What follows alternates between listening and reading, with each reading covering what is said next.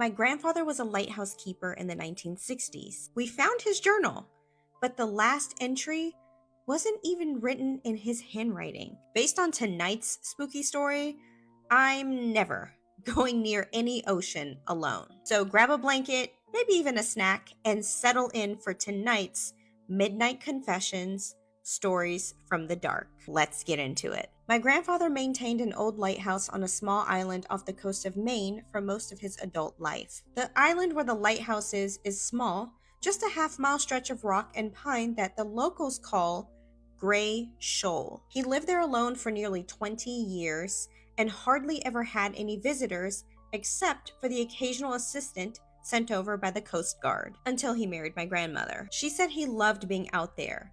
The quiet, the routine, the sea air. It was all a welcome respite from the difficult childhood he'd endured. But there was one thing he never liked to talk about, and that was the night that he left the island for good in 1967. My grandmother described him as being quiet, pensive, and easily spooked upon his return. He barely slept, and sometimes he'd wake up in the middle of the night shouting, "The light is a warning! Must come ashore!" He died of unknown causes when I was 12, well before I knew much about his past or had the opportunity to ask him questions. I hadn't thought much about it until a couple of years ago when my dad and I started cleaning out my grandmother's basement. We found one of my grandfather's old sea trunks tucked behind boxes of Christmas decorations. Inside were some old, weathered clothes and 4 leather-bound journals wrapped in twine. The first 3 journals were uneventful. They just contained daily records about things like the weather and various supply deliveries. But the 4th one was pretty strange. His entries transitioned from boring daily logs to his personal thoughts and interpretations. The first entry like this was dated October 3rd, 1966. Storm approaching from the northeast. Lantern working fine. Heard distant singing over the waves again tonight. Not sure if it's wind carrying sound from the mainland or something else. Mustn't let imagination run wild. The next few pages were similar. They contained normal observations, but always with that same line about the singing. About 2 weeks into the journal entries, I noticed his handwriting had gotten messier. The lines started to slant, as if he'd been writing while shaking. The sea isn't right tonight. The light flickered, though the mechanism is sound. Saw movement under the waves, white shapes, too large to be fish, maybe seals. Must check in daylight. The entries after that became shorter and less coherent.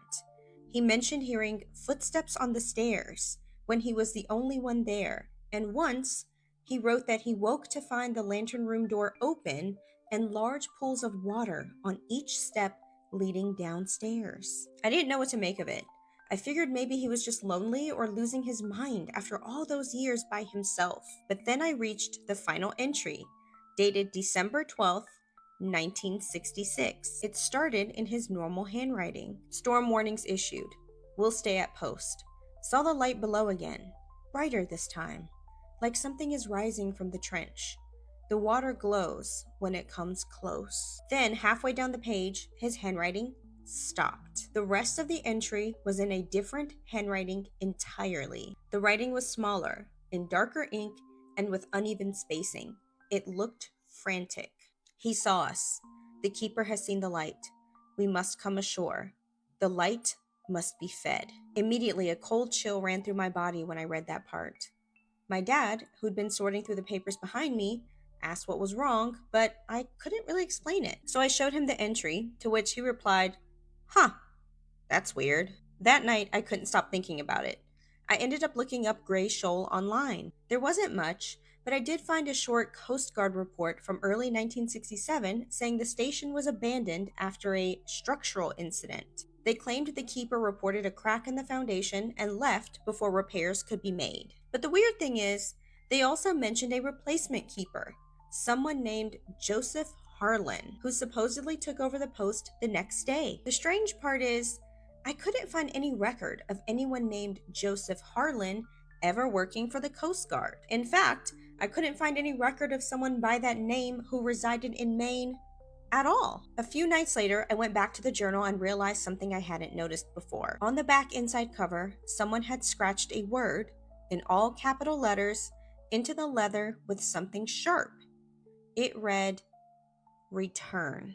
I don't know why, but I felt compelled to see the place for myself. My friend Evan had a small fishing boat, and when I told him about my grandfather's log, he agreed to take me there. When we got there, I noticed the island looked smaller than I'd imagined. The lighthouse still stood, though it was leaning slightly toward the sea, the paint stripped away by decades of salt and wind. The door was half open and creaking as if it had never stopped moving since the day my grandfather left. Inside, everything was damp and decaying. The smell of rust and seaweed hung thick in the air. The spiral staircase groaned beneath our weight. I remember thinking I could almost hear the ocean breathing inside the walls. When we reached the lantern room, I found the old light mechanism still in place, a massive glass lens, fogged and cracked. On the metal casing beneath it, someone had etched letters with what looked like a knife. A.B., my grandfather's initials, and below them, carved deeper and messier, J.H. As I ran my fingers over the carved letters, the glass began to hum. I thought maybe it was the wind at first, but the air was still. Then the lens flickered, faintly at first, like a dying light bulb, and then for a moment, the entire room filled with a pale blue glow. Through the glass, the ocean looked alive, not with waves, but with movement. There were shapes, pale, luminous shapes that seemed to be rising from the water in slow, spiraling patterns. It wasn't just light reflecting off the surface. The glow was coming from below the ocean. Evan whispered, "We should go," but I couldn't move. I could hear something underneath the hum now. Voices, soft and rhythmic, almost like chanting, carried along the tide. Then, clear as day, I heard my grandfather's voice. It was hoarse and distant, but unmistakably his. "Keep the light burning. Don't let it go dark." Then the lens flared brighter, blinding for a second. When the light dimmed, I turned to Evan, but he was gone. His flashlight was still rolling on the floor, but I heard no footsteps or other sound. Aside from his absence, there was no indication that he'd left my side at all. I ran down the stairs and out the door, yelling his name into the wind. But there was no answer. The ocean was now still. I didn't stop running until I reached the boat. Somehow it hadn't drifted. I started the engine and drove around the sea for hours before finally giving up. The following day, the Coast Guard searched for Evan, but they found no trace of him. They said maybe he fell into the water and drowned, which meant he would be nearly impossible to find unless he washed ashore. I haven't told anyone else what I saw up there, but when I looked at my grandfather's journal again the following day, there was a new line written at the very bottom of the last page. In that same familiar handwriting, "The light has found another keeper." Poor Evan.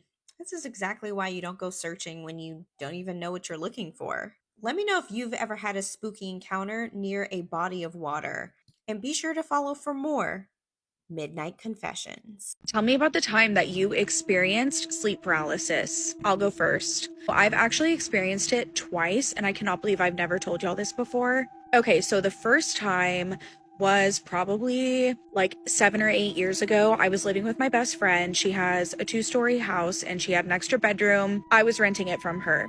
Anyway, something about her house just really creeped me out. It's a really cute house, but one of the things that creeped me out, I guess, is whenever we would go to sleep, she wouldn't leave like any lights on. Like the house was just always super dark at nighttime, and she was okay with that, but I wasn't. That shit scares me. So anyway, already off to not a great start. I'm scared every single night, whatever. It just gives really creepy vibes, right? So I'm sleeping one night and I have this crazy dream that something grabs me by the ankles, pulls me out of the bed, and I didn't have a bed frame. It was just a mattress on the floor, so it wasn't like far or anything. Drags me off of the bed, across the floor, all the way to my bedroom door, drags me up the door by my feet. So I am dangling upside down. And this entire time, I am trying to scream and nothing is coming out. It's just silent. And then all of a sudden, I wake up in bed. But I felt every single part of that dream, I'm chalking it up to sleep paralysis. Okay, so another time actually happened in my trailer whenever we were living on our old property. If you follow me, you know a little about my old property, how it's definitely haunted, very bad vibes. And a lot of the times, me and my boyfriend fall asleep on the couch. He falls asleep in the recliner. I fall asleep on my couch. I have like one of those like boneless, kind of like a bed couch. Anyway, it's really easy to sleep on. But from where my couch is, if I look straight ahead, I can see down the hallway to the bedroom. So one night we fall asleep and the bedroom is completely pitch black dark. And actually, because this happened, I always leave the lamp on in the bedroom, whether we're in it, whether we're not in it. There is always a little lamp on in there because I never want that room to be pitch black ever again. Anyway, I'm sleeping one night, but I wake up, but I can't open my eyes. But I'm awake and I cannot move. I cannot say anything. And I shit you not, y'all, I'm not lying. I hear a low, deep growl come from my bedroom. And again, I am trying to scream for my boyfriend, but nothing is happening. Nothing is coming out. I can't open my eyes. But yeah, those are the 2 times that I'm pretty sure I experienced sleep paralysis, and it hasn't happened again since, so let's hope it doesn't happen again. Okay, wait, I completely forgot to mention, after I heard that growl coming from the bedroom, whenever I would walk out of the bedroom, I would have literal goosebumps, like chills. Like, I know a lot of us get that weird feeling whenever we're walking out of like a dark room or like walking up the stairs or something, it feels like something is behind you. That's exactly what it felt like, but full body chills and goosebumps. But ever since that we've moved our trailer to our new property, I haven't experienced anything. I feel like the bedroom feels more normal, but there was times too whenever our trailer was on our old property, whenever I was laying on the couch, I told you I couldn't see the bedroom. Sometimes it just felt like I was being watched. Like I felt like I had to like keep like looking at the bedroom, like because I felt like something was in there watching me and I felt like I was eventually going to catch something. But yeah, there's been a few times where I've gotten that like full body chills, like hair standing up. And I don't know, I feel like that's like one of those like human instincts that we have, that like something might be around. Talk about something scary. Here, hi. I usually talk about scary stuff, and I actually have an email where anyone who finds this page can send me their ghost stories. Since it is summertime, I don't think that there's any more appropriate story than one about a haunted summer camp. So let's get into it. It comes from somebody who would like to remain anonymous, so for obvious reasons, I'm going to respect that. This email starts off by saying that this entire camp was extremely religious, and she was a counselor for several summers. With that being said, she was also a camper when she was younger and says that there were just these stories circulating about this place. And a lot of them were just written off as like, oh, it's just a camp horror story that you tell around a bonfire. But there were also a lot of things that would happen in the camp that just could not be explained. One thing that I do think is very interesting and it's a little freaky is the fact that every time that they would step outside at night, you couldn't hear anything. There were no insect noises, there were no animal noises, there wasn't even a breeze to listen to the leaves rustle in the wind. The person who sent me this email says that even if you were to go outside and kind of walk around, you would just feel the sudden urge to run. Because of anything in particular, just because you have this eerie feeling of somebody watching you or running after you. Anyways, on this particular night, her and another counselor were kind of hanging out in the communal area, while the other 2 counselors in the cabin went to bed. It's important to note that the other counselor that was with the person who sent me this email fell in the mud during some portion of the day. So he was covered in mud completely. As they are both watching this communal area to make sure that no campers come out, the other camper on shift excused himself to go shower and rinse all the mud off. As he's getting up to do so, a camper walks out and says that he is completely homesick. He's just sitting out in the communal area with both counselors before one of them excuses themselves to go to take a shower. After a while, the camper is like, I'm going to try to go back to bed, goes back to his room, and she is left by herself. She immediately starts freaking herself out. She starts to think that she can hear noises and that she's not alone. So she walks all the way to the end of the hallway where the other counselor is showering, happens to catch him while he was coming out of the shower. Immediately starts explaining to him that she's freaked out because she thinks that she can hear things. As she is explaining that she thinks she's hearing noises, they hear a loud bang come from the other side of the cabin where the kids are sleeping. Thought that it was maybe the camper that was already up from earlier. But upon investigation, there was nobody there and nobody was awake. They talked to the chaplain the next day about what has been happening and they kind of converse all together, so all 4 counselors and the chaplain. She also agreed that something was just not right about the cabin that they were staying in, so they decide to cleanse it completely. So while the other 3 counselors took all of the kids out to do an activity outside, the chaplain and the person who sent me this email were saging this cabin. Everything's going fine. Everybody's feeling great, light, cleansed. They get to the room with the bunk beds in it that holds all of the counselors. And the woman who is saging immediately turns around and says that she feels very heavy and her stomach is just churning. As they're saging this room, mind you, 2 sets of bunk beds on each side of the wall, total of 4 beds. They turn around to sage the other side of the room and see something laying on one of the bunk beds. In the way that it's described in the email, I almost envision something like slithering away, just visible enough where you know it's there and it wants you to know that it's there, and then it just kind of tucks back away. I obviously start freaking out and start praying over the bed. After this whole thing is said and done, the chaplain actually explains that because the camp is empty for like 6 to 8 months out of the year, spirits may feel drawn to it because there's nobody there and they can inhabit a place where there's nobody there. And even after the person who sent me this email was done with her shift at this summer camp, when she came back the following summer, they were all talking about all of the supernatural events that had happened. This one in particular is horrifying because this happened after the cabin had been saged. Another counselor woke up in the middle of the night to a camper sitting at the foot of her bed. This little girl was faced away and didn't say anything. As the cherry on top, this was the same bunk that they had seen that thing on. Which makes me wonder if the place was even cleansed or if the spirit even responded to the sage. Anyways, that's going to do it for me. Stay tuned for more ghost stories. The person that sent me this story called it ghosts moving ghost furniture. What? By the way, if you have a story that you'd like to share with our glitch community about glitches in the major extremes, aliens, cryptids, or the paranormal, you can send it to this email address. And remember, we believe you. Hi, Indie Matrix. Hi! I love watching your videos and I thought I'd tell you about something I experienced years ago. I'm still to this day not exactly sure what it was, but I know that you'll enjoy it and would love to see you reading it and see your reactions and hear your thoughts about it. Just for a little bit of context, and because it's a little weird fact about the house, although I don't think it's all that creepy, but we live in the UK and my parents' house is a typical council house. That's social housing for Americans, LOL. I still honestly don't even know what that is. Built in the 1920s. But it was originally 2 separate 3-bedroom semi-detached houses, and the walls were knocked down to make 6 bedrooms because years before we moved in, the council decided to use it as a doctor's surgery for a little bit while our GP practice was being refurbished. I don't think that means anyone died there, but being kids, we did joke about it when we first moved in. Haha, that's actually exactly what I just thought of. Maybe people died there. So this happened back in the mid-2000s when I was 14 or 15. Me, my mom, and 2 of my sisters were in the kitchen. We were just chatting, making and drinking tea while my mom was making food. Nothing out of the ordinary. Then we all heard what sounded like heavy furniture being dragged across the floor upstairs. We all instinctively looked up at the ceiling towards where the sound was still coming from. We also had one of those fruit baskets, the metal ones that hang from the ceilings in the kitchen. It was shaking.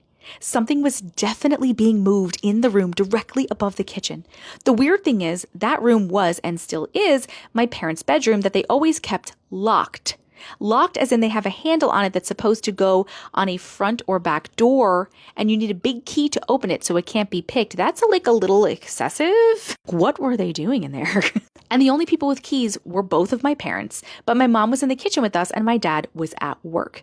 We all started panicking, screaming, and asking our mom, "What was that? Is someone in your room? Who's in your room?" She checked her keys and they were still on the hook in the living room right by the kitchen door where she always kept them.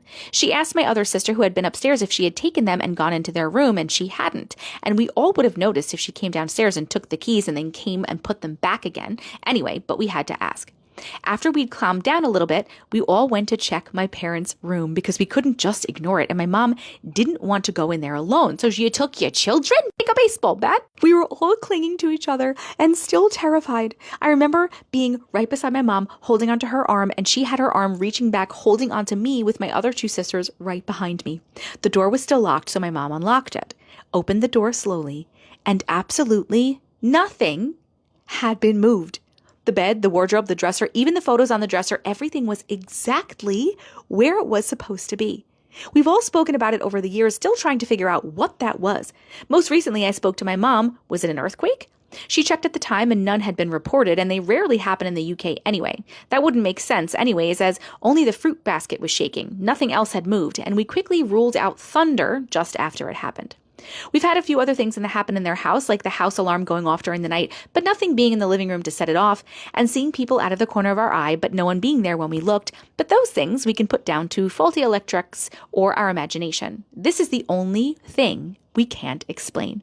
Sure, if only one of us experienced it, we could say we imagined the whole thing, but all four of us witnessed that happen, and we still don't know what it was, so we all just joke that a ghost was moving their ghost furniture. The end! Oh my, I honestly think you're right.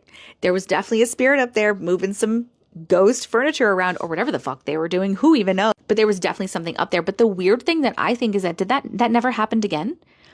Like, I know some all other things weird happened, you said, but like, did that never happen again? Like the moving of the furniture? Why just randomly a spirit one time was like, hey, I'm going to move some ghost furniture around, and then it never happens again? Why does that happen? Like, when do they choose? I know they only have a certain amount of energy, right? And so much energy to do stuff. And I guess like maybe they need to recharge. But like, why does that happen? That just like one time something happens? Maybe there's like a portal up there.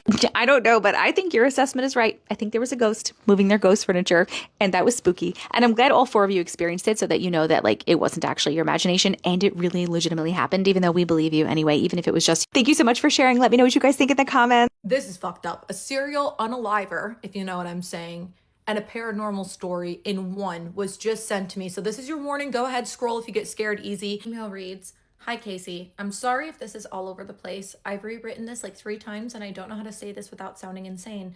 I rent a house in Westfield, Indiana. It's just a normal rental, nothing special. The kind of place that's clearly had a lot of different people in and out over the years. I didn't know anything about the area when I moved in. Things felt pretty off early on, but not in a way that I could explain. Just small stuff. My dog acting weird, the house never really feeling quiet, especially at night. The first thing that actually made me stop and think something wasn't right was my dog refusing to go near the back door. He's never been like that anywhere else. He won't go into the yard. He won't even stand in the hallway leading to it anymore. He just freezes like he's watching something. I thought maybe there's an animal outside. Then one night I heard something out there. Sounded like something dragging along the back of the house. Not in the yard, like right up against the siding. Slow, uneven. It kept stopping and starting. I remember just laying there listening, trying to convince myself it was nothing, but it went on for way too long. Stopped right by the back door. I could see straight down the hallway from my room, and I swear the handle moved a little bit. Not enough to open the door, but it definitely looked like someone tried to. I didn't get up for probably 5 minutes, and by the time I got the courage to get up and go to the door, there was nothing there. Next morning, there was dirt on the inside of the door. Not a lot, just smeared near the bottom, like something had been pressed against it from the outside. That's what made me ask one of my neighbors if anything weird had ever happened around here. She got quiet immediately. Then she asked me if anyone had told me about the property before I moved in. I said no. She told me that all of this land used to be a part of a larger property many years ago, and that property belonged to a man named Herb Baumeister. I didn't fully understand it at first, but then I looked into it. They believe he unalived up to 25 men, but only 11 were ever actually confirmed and found. When they searched the property, they uncovered thousands of human remains. I saw reports saying there were up to 10,000 bone fragments discovered from the land. That same land this house now sits on. My neighbor said over time it got split up and turned into separate homes and properties, but people who have lived here a long time still know what it used to be. There are still rumors, even now, that not everything connected to that land was ever found. Like there could be more out there that no one knows about. I don't know if that's true, I can't prove that, but part of me keeps thinking about it because that's what's been happening at night. The smell started after that conversation. I don't know if I just didn't notice it before or if it actually wasn't there. It's faint, but once you smell it, you can't ignore it. It's sweet, but wrong at the same time. It comes from the back of the house. It gets stronger late at night. And then there's this music. At first I thought it was coming from a neighbor, but it only happens at night, usually around the same time. It's very faint. It's always the same.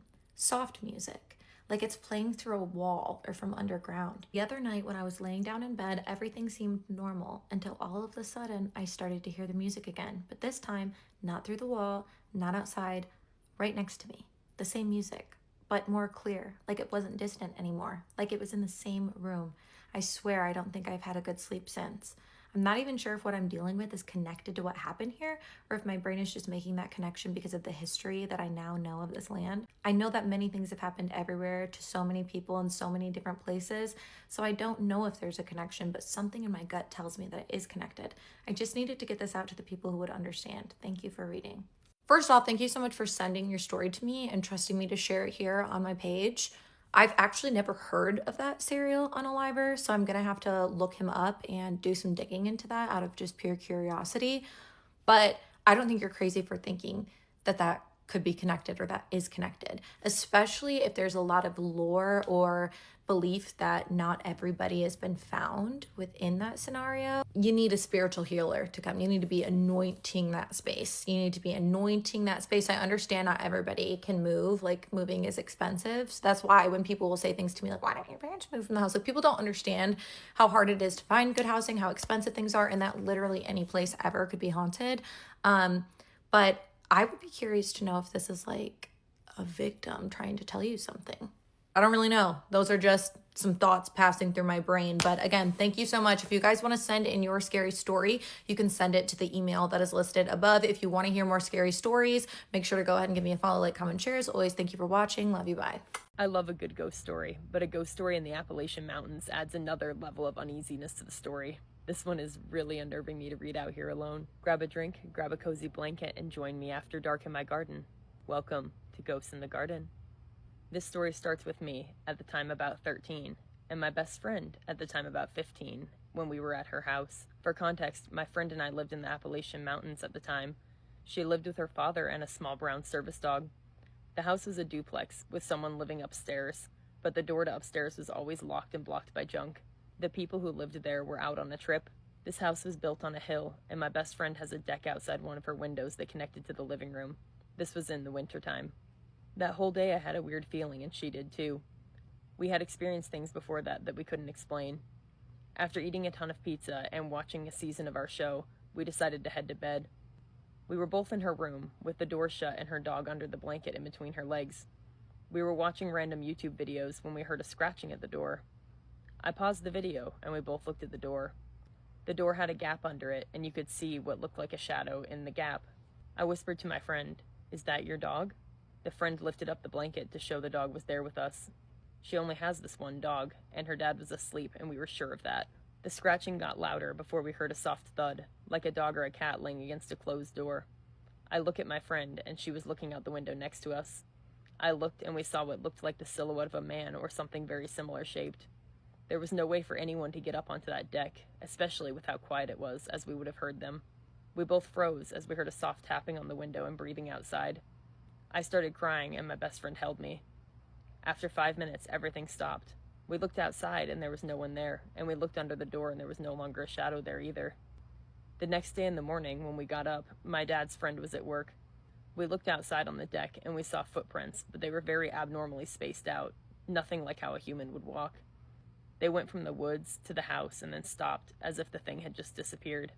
We both looked at each other, knowing that it was unlikely anyone would have been outside, especially with the snow and ice.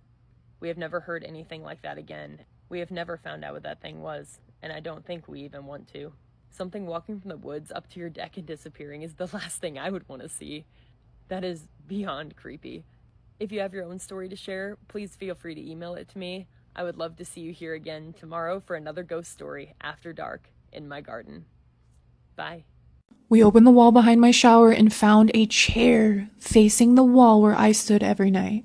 This is Scared with Jess, and today's story is about the room that someone had sealed inside my house. I had only owned the house for a few months when I noticed water damage in the bathroom. The paint beside the shower kept bubbling, and no matter how many times I tried everything, the walls always felt damp. I finally called someone to look at it, and the contractor said there was probably a leaking pipe behind the tile. So he removed part of the wall besides the shower to get a better look. And a few minutes later, he called me into the bathroom. He was standing there with a flashlight staring into the opening. He asked me if I knew if there was any other room behind the shower. I thought he was joking. And the house wasn't very big, and I had seen the floor plan before I bought it. There wasn't supposed to be anything behind the wall except plumbing and the outside of the house. But when I looked through the opening, there was a narrow room back there. It was probably 3 feet wide and maybe 6 feet long. The ceiling was low enough that an adult would have had to bend down to stand inside it. There was no light and no window, and no door that we could see. The only thing inside was an old wooden chair. It was positioned directly behind the shower wall, facing it. And I know a chair doesn't sound that terrifying on its own, but it was the way it had been placed. It wasn't pushed into a corner or stored against the wall. It was sitting in the middle of the room, pointed towards the exact spot where my body would have been when I took a shower. The contractor shined his flashlight around and said the space looked like it had been sealed for a long time, and the floor and the walls were covered in dust. There were cobwebs near the ceiling, but the seat of the chair was clean. Not perfectly clean, but noticeably less dusty than everything around it, like someone had been sitting there. I asked if there could be any other entrance from somewhere else in the house, and he checked the wall from behind the bedroom on the other side and looked through the crawl space underneath the house, but there wasn't one. As far as he could tell, the only way into the room was through the hole he had just cut. He said maybe it had been some kind of storage space before the bathroom was remodeled, and that explanation made sense until he pointed out the wall between the chair and the shower. Most of it was thick, but there was one rectangular section directly in front of the chair that had been patched with a thinner piece of wood. It was about the size of a small window. The tile and shower panel covered it from my side. From inside the hidden room, it looked like someone had once been able to see through it. I felt sick when I realized that. I had been using that shower every day since I moved in. The contractor offered to pull the chair out, but I told him to leave it until we figured out what the room was. I wanted to call the previous owner and ask about it. I also thought the police might want to see it, even though there wasn't any actual evidence that a crime had happened. The contractor covered the opening with thick plastic and tape before he left. He was supposed to come back the next morning with another worker so they could remove more of the wall and check the plumbing correctly. That night, I almost stayed somewhere else. But I kept telling myself the room was empty. It was disturbing, but it wasn't supernatural. Whatever the space had been used for, it had probably been sealed long before I bought the house. I had decided not to use the shower, obviously. I brushed my teeth in the kitchen, locked the bathroom door, and I went to bed. My bedroom was right across the hallway, and sometime after midnight, I woke up to the sound of wood scraping against the floor. It lasted maybe 2 seconds, and then it stopped. I sat up and listened, and the house was quiet. I thought it might have come from outside, or maybe one of the neighbors dragging something around. And then I heard it again, a slow scrape, and then a pause, and then another scrape. It was coming from the bathroom. I grabbed my phone and turned on the hallway light. The bathroom door was still closed. I stood outside it for several minutes trying to make myself open it, and when I finally did, nothing jumped out at me. The plastic was still taped over the opening, and the room behind it looked dark and empty. And then I used my phone's flashlight and saw the chair. It had moved. Earlier, it had been several feet from the opening, and now it was close enough that its front legs were almost touching the plastic. I backed out of the bathroom and shut the door. I called the contractor even though it was the middle of the night and he didn't answer, so I left a voicemail telling him what had happened, and then I called my sister and asked if I could stay with her. I didn't tell her the full story until I was already on the way. The next morning I went in with her and met the contractor at the house. He thought I was mistaken. He said maybe the floor was uneven and the chair had shifted when he was working. I knew that wasn't true. A chair doesn't move several feet across a dusty floor on its own, and when he removed the plastic, there were fresh marks on the dust where the legs had dragged. He climbed into the room and looked around, and then he asked where the chair was. I thought he was joking, but when I looked through the opening, the room was empty. The chair was gone. There was nowhere for it to go, no door, no second opening, nothing in the walls or ceiling large enough for someone to pull it through. We checked the bathroom and the hallway and every other room in the house, but the chair was not there. The contractor didn't have an explanation, and he sealed the wall temporarily and told me he would come back once I decided what I wanted to do with the space. I stayed at my sister's for 2 nights, and by the 3rd night, I felt ridiculous. I had a mortgage, and my clothes were there, and I couldn't stay away forever because of an old chair. So I went home. I kept the bathroom door shut and slept with my bedroom light on. And sometime during the night, I woke up to that scraping sound again. But it wasn't coming from the bathroom. It was inside my bedroom. I could hear wooden legs dragging slowly across the floor. One scrape and then another, moving closer to the bed. I pulled the blanket over my head and stayed completely still. The scraping stopped right beside me. I waited until sunrise before I looked, and there was nothing there. I left the house that morning and didn't sleep there again. People tell me the sound was probably part of a dream, but I know I was awake, and I still don't know where that chair went. Anyway, good luck sleeping tonight.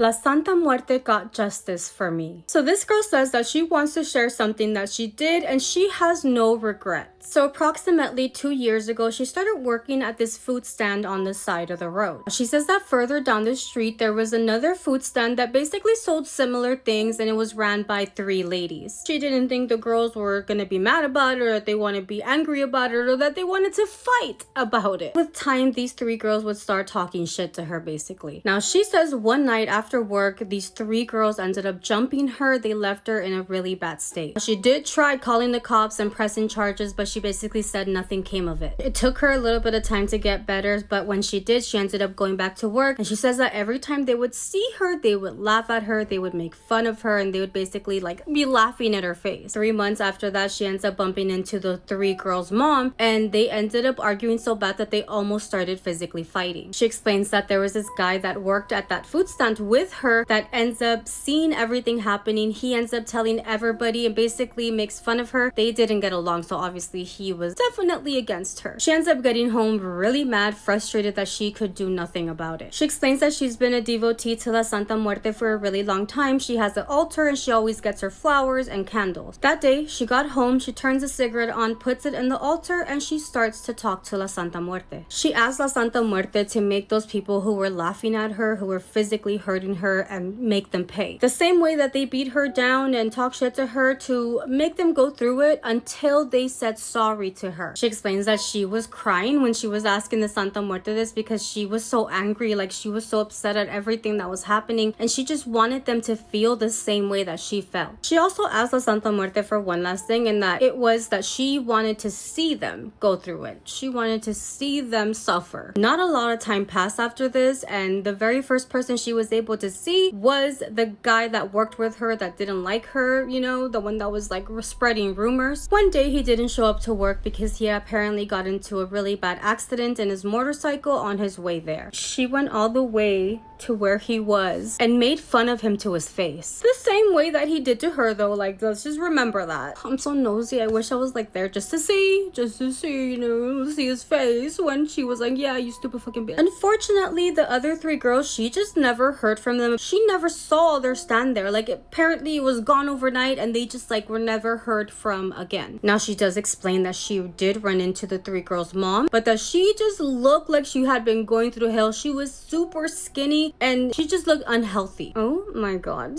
I'm not laughing, but like she says that when she saw her, she crossed that street, stood in front of her, and started laughing at her face. After that, it's why the fuck am I laughing, bitch? Shut the fuck, Letty, shut the fuck up. She said after that, she never saw any of them again. All she knows is that the Santa Muerte definitely got justice for her. La Santa Muerte has never left her alone. She is always by her side. And like she says, she has no regrets. But what do you guys think? I quit my job after 100 different reasons. I made a list and I'm gonna share some of my favorite ones. I was babysitting for a family and I was also babysitting along like 5 other babysitters. They had babysitters there 24/7 overnight. I was there with another babysitter and there was always someone new. I'm gonna start off with, I was starting at 8 and I walked in at 8:01. And as soon as I walked in, the mom was like, was there traffic? My dumbass was like, no, why? She's like, I would give yourself more buffer time next time. Then going along with that one, the one time I got there like 10 minutes early, and obviously I wasn't going in early, so I sat in my car for like 5 minutes and then I still came in 5 minutes early. As soon as I walk in, they're like, you know, if you get here early, you can just come in. You don't have to sit in your car. They're like, we were so confused we saw you out there. Then that same day, as soon as I walk in, the mom gives me like 3 things to do as soon as I get there. It's like, if you could do the laundry, the dishes, and something else. So I start off with the laundry. Then she comes over 30 seconds later and she's like, well, see, if I were you, I would have started with the dishes because I just like don't like having dirty dishes in my sink. Along with the dishes, you know, you wash your dishes and then you flip them upside down on the drying rack. Apparently not. Apparently I'm an idiot. At a whole scientific lesson in a rude way, being like, well, you know, the air needs to get in, so you have to flip it on its side. I accidentally flipped it all the way up like 2 weeks later, and she's like, do you not remember our conversation? Toilet seat lid. I sound like a fucking frat guy. I left the lid up, not the seat, the lid. I didn't shut the bathroom door. I got yelled at for that multiple times. And she even made the little kid come up to me and be like, put the seat down. They had another babysitter there that was like in med school or something. They gave me an option to work overtime, and I didn't want to, clearly, for these reasons. So she's talking to the parents, saying like, yeah, I'm working like 6 12-hour shifts or something. I'm in the other room. The dad's like, Kirsten, did you hear that? I literally just pretended I didn't hear it. Then they keep talking, like the conversation passes. He goes, Kirsten, did you hear that? Says it again. I say to the girl, I'm like, congrats, like that's really cool, good for you. He's trying to jab at me for not wanting to work fucking 12 hours. Same night, both the parents were busy, so I started brushing the kids' teeth for him. The dad's like, do you know how to do that? I was like, I don't know, I have my own teeth, so yeah. Here's one of my favorite from the day I quit. I have this nighttime nanny that is there 7 days a week. She's like a sweet old lady, like she's kind of goofy, but like she's sweet. Mom hates her and always talks shit on her, and I just be like, okay. I already know the second I walk out of this room, you're talking shit on me too, so. In the morning, older lady babysitter was holding the one baby and like kissed her cheek. And the mom texted me after and she's like, could you wipe down the baby's face like after she was kissing her? This lady is watching your kid. Why are you like being so disrespectful? That's just my nightmare of a babysitting job. I really wasn't even supposed to babysit for this family. I was supposed to work in the dad's office.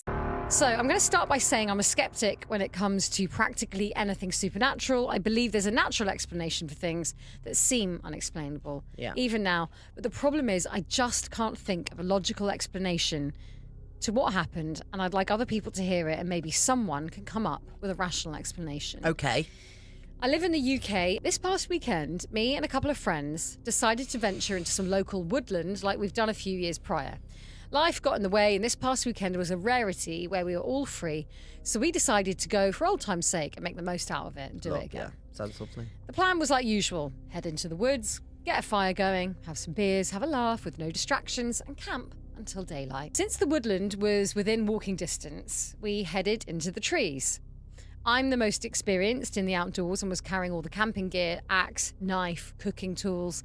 Another pal who's strong as an ox was carrying all the beers, and my other buddy was just carrying a backpack of snacks. I know this stretch of woodland relatively well, and I had a place I'd camped at on my own during COVID, and I planned to take us all there.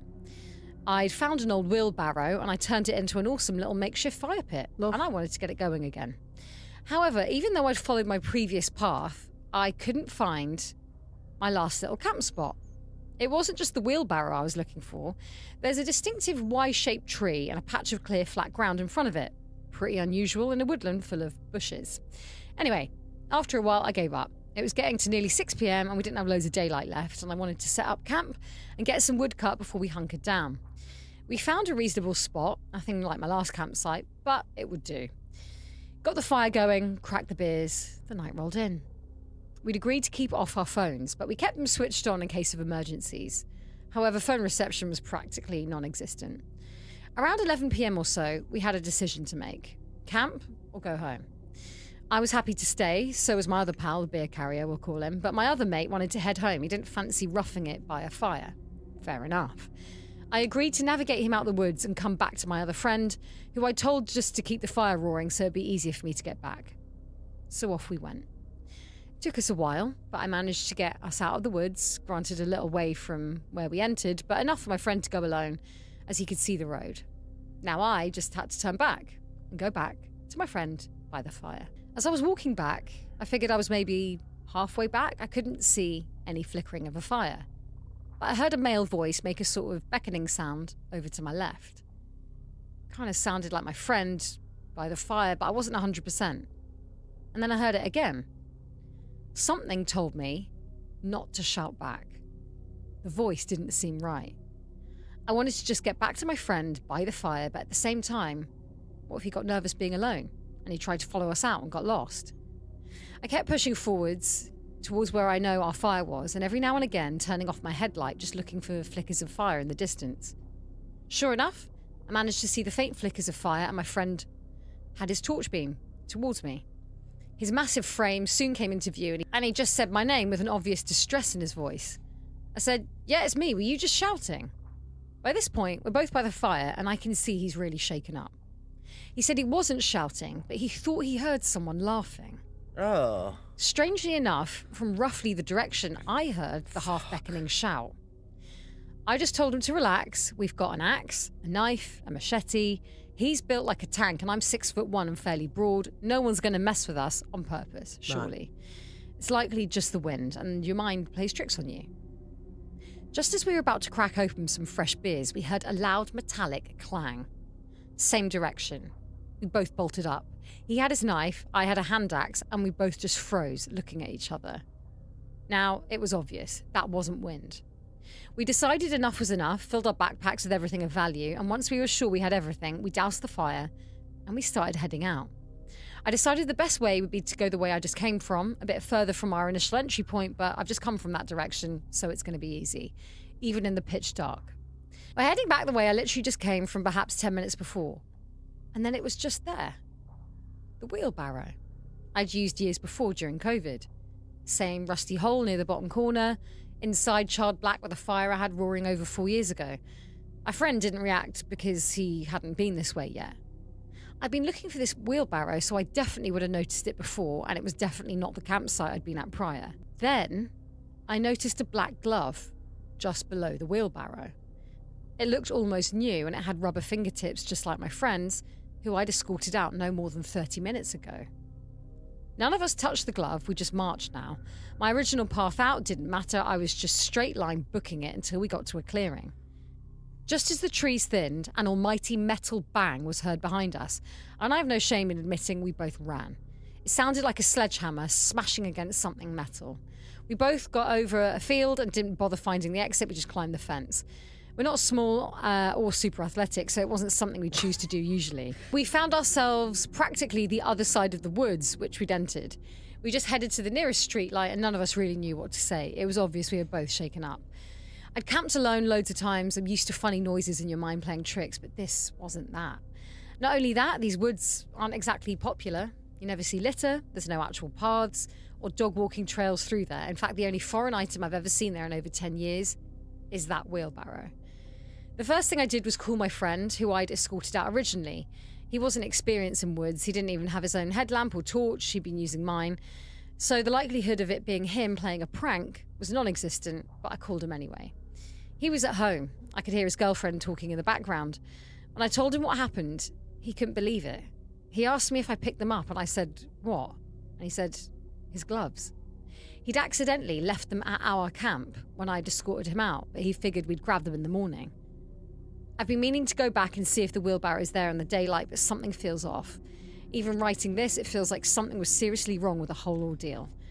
My friend who experienced it with me is equally as troubled by it. How did that wheelbarrow appear in a path that I was just on? How did my friend's glove get there? Who was making the noises and why? If it was people playing tricks, how are they moving about in the dark with no light? Anyway, sorry for the long story, but I don't know how I could have made it short. Imagine finding out that the bedtime rule that your grandmother gave you as a kid wasn't a superstition, it was a warning. Look, I get a lot of scary story submissions and very few really send chills down my spine, but this one was sent in from someone who lives in Sleepy Hollow, New York, and claims to have been stalked by a headless entity throughout her entire life. Sleepy Hollow is considered to be one of the most famous haunted towns in all of the US. Bear with me here because this is absolutely terrifying. The subject line is, "I think a decapitated entity has been following my family for decades." What? Hey Liz, I grew up in Sleepy Hollow, and before you roll your eyes, no, people who live here don't actually spend every waking moment talking about the Headless Horseman. It's mostly a punchline among locals. We roll our eyes at tourists who show up every October in costumes, snapping photos at the old Dutch church like the legend. Like the legend is a mascot instead of a warning. At least this is how I felt growing up. I'm not so sure anymore. She also mentions when she was a kid, it used to be called North Tarrytown. Age 8. My earliest memory isn't even an encounter, it's a rule. My grandmother, who lived 2 houses down from us my whole childhood, had exactly one ironclad law: no playing outside after dark in October. Not try to be home by dinner, not watch the time, an absolute non-negotiable curfew that kicked in the moment the sun started sinking behind the tree line. She never explained why, and if we asked, she just looked at us with this strange stillness on her face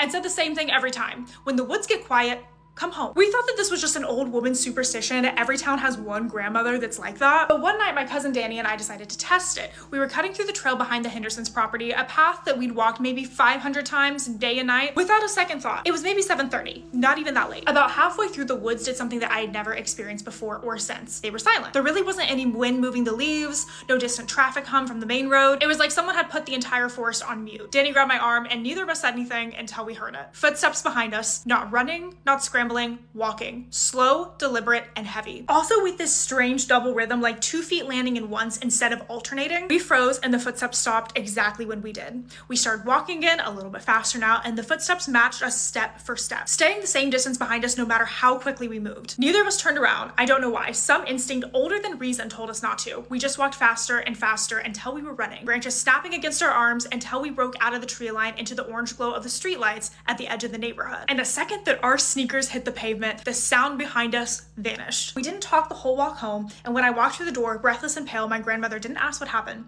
She didn't ask why we were out of breath or why Danny's face had gone colder than old paper. She just looked up from her chair and said, "I told you not to stay out after dark." And that was it. She went back to her knitting like the conversation was already over. Age 16. For years after this, nothing happened. I told myself Danny and I had scared each other into hearing things. 2 kids working themselves into a panic in the dark. But by the time I was in high school, it had become a story that I tell at sleepovers, half embarrassed, always ending with, "We probably just spooked ourselves." Then I turned 16 and got my license, and the woods stopped being something that I walked through. It became something that I drove through alone at night on the back road that connects to our side of the town. It was maybe midnight. I was coming home from a friend's house, taking the road that cuts through 2 miles of dense trees before it opens back up near our neighborhood. No streetlights, no houses, just my headlights and white lines. I checked my rearview mirror out of habit just to make sure that no one was riding my bumper, and I saw something standing in the middle of the road. Well, behind me now, in the stretch I'd already driven through. Tall, motionless, wearing what looked like a long, dark coat that seemed to move slightly even though there was no wind. I couldn't make out the face. I want to be precise about this because I've turned it over in my head 1,000 times since. It wasn't just his face in the shadow or that I couldn't see it clearly in the distance, but there was no head to see. Just shoulders, then coat, then the night sky where the head should have been. I slammed the brakes so hard my seatbelt locked against my chest. My car skidded slightly on the road before stopping dead in the middle of the lane. When I looked back through the windshield instead of the mirror, the road behind me was completely empty. No figure, no coat, no sign that anything had ever been there. I sat in that stopped car for what felt like 10 minutes, hands shaking on the wheel before I could make myself drive the rest of the way home. I told myself it was exhaustion, a trick of the shadows, a mailbox, or an overactive imagination fed by too many childhood stories. I did not tell my parents, but the next morning my dad casually asked me why I'd stopped in the middle of the road the night before. I hadn't told him I'd stopped and I hadn't told anyone. He said that he could see my brake lights flare from our porch, which is nearly a mile away, with no direct line of sight to that stretch of road. I still don't know how he saw that. I've never asked him to explain it, and some part of me doesn't want to know the answer. Then we get to age 34. Years passed and I moved 2 hours away for work. Built a life that had nothing to do with Terrytown, Sleepy Hollow. I mostly stopped thinking about any of it. The occasional nightmare, maybe. A flinch at a shadow on a dark road. Nothing more. Then one October, I came back to visit my parents for the weekend and stayed later than I had meant to. The kind of evening where you keep saying one more cup of coffee until suddenly it's 11 p.m. and you have a 2-hour drive ahead of you. About 15 minutes out of town, still on familiar roads, I noticed something on the side of my mirror. At first glance, it looked like another car with its headlights on, keeping pace at a good distance behind me, except it never got closer and it never fell back. I sped up, it matched me exactly, staying at the same distance behind no matter how much I accelerated. I slowed down, thinking that maybe it would pass. It slowed too, holding the same gap like it was tethered to my bumper by an invisible line. My hands went cold on the wheel. I did the only thing I could think to do. I kept my eyes forward, refused to check the mirrors again, and I just drove. Faster than I should have, my heart slamming against my chest. A few minutes later, the headlights appeared coming from the opposite direction. Another car, finally rounding the bend toward me. In the wash of the lights, I let myself glance out the mirror once more. Whatever had been behind me was simply gone. No headlights peeling off into the side of the road, no taillights receding into the distance, nothing. I hadn't turned anywhere because there was nowhere for it to turn. It had just stopped existing the moment there were witnesses. Then we get to the attic. A few weeks after that drive, my grandmother passed away. She lived to be 91, and she was so sharp until the very end. My parents and I spent the weekend clearing out her house, and I was assigned the job of going through the attic. Decades of boxes, old furniture, and the accumulated paper trail of a long life. Near the bottom of a cedar chest wrapped in a yellowed pillowcase like it had been deliberately protected, I found a journal from the 1950s.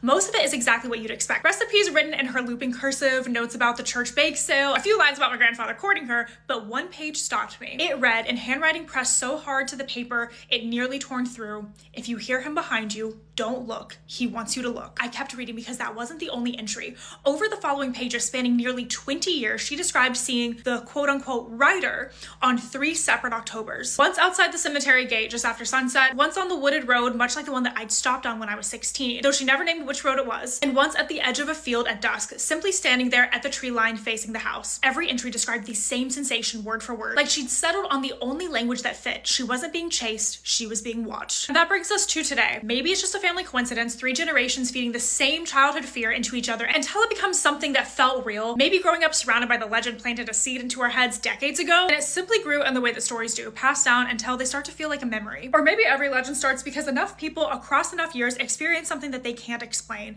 and eventually someone writes it down. I still visit my parents every October. I still drive down that same stretch of road when I do. Just make sure I'm home before the woods go quiet. Literally, stories like these are exactly why I do this, and this one hit different enough that I'm actually going to Sleepy Hollow. So everyone pack your bags. You're all coming along with me. Let's go to Sleepy Hollow and see if we can see the Headless Horseman for ourselves. So we're here in person. Let's go explore this town. People say that they see him at the bridge, so our first stop is going to be the bridge. These stories are wild. Okay, so you guys absolutely loved that last Bigfoot story I told. You know, the one where she was hunting the hog and then she turned around and looked right at the hunter like it was nothing. So I went back to that website, the Bigfoot Field Researchers Organization, and I found another one. And it is completely different, but it's actually freaking crazy. Like this story, I hear little stories about people seeing things in the woods and some video clips and some pictures, but this story is so different from anything I have ever heard regarding Bigfoot. This happened to a little girl who was at a church summer camp, and she did not say anything for 20 years. It was the summer of 1977. A group of girls from Bethel Baptist Church went on a retreat. It was a retreat to Robbers Cave State Park in Latimer, Oklahoma. This was also located near a small town called Wilburton. So they arrived on a Friday evening and they were scheduled to leave that Sunday afternoon. It was just a standard weekend little trip until it wasn't. Except all day Saturday, that little girl, we're going to call her Susie for the story. I actually don't have a name. So Susie felt all day like she was being watched. She couldn't explain it. She couldn't put her finger on it. It was just this uncomfortable awareness and that feeling of being stared down. And she said it was coming from in the trees. So that afternoon, a storm rolls in, and by lights out, it was going strong. Thunder crashing, lightnings, all of it. The girls' cabin was at the far end of the campground, and it was set up in a horseshoe shape. Susie was sleeping on a top bunk on the right side, middle of 3 bunk beds. So everyone was pretty nervous because of the storm, and it took a while for everybody to settle down and kind of go to sleep. But Susie, she never fell asleep. She was terrified of thunderstorms. So she's just laying there in the dark, nervously listening to the rain, when all of a sudden she heard the screen door creak open. In her head, she told herself, it's probably just one of the girls going to the bathroom, or maybe a counselor is coming to check on us. And then the screen door banged shut. And then she smelled it. Something she describes as foul and heavy and wrong. Honestly, out of all the things I hear about Bigfoot encounters, there's always that talk about the smell. Anyway, I digress. So she is completely still. She is barely breathing. And she heard heavy, shuffling footsteps coming from the other opposite side of the cabin. And these steps were slow, deliberate, and then she heard that they were getting closer to where she was. And with every step, that smell got stronger. She said she felt as stiff as a board.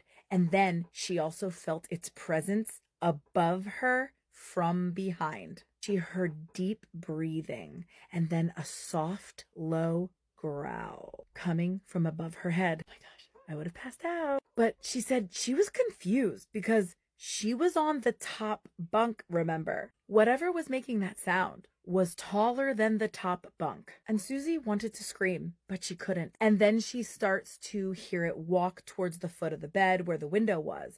And then it paused, and then it came back up towards the head of her bed. And then she said something large and furry touched her face. She said it traced along her face slowly and along the headgear that she was wearing that was attached to her braces. It was like it was studying her as it touched. Okay, this is the part that gives me freaking chills. I mean, if it hasn't already.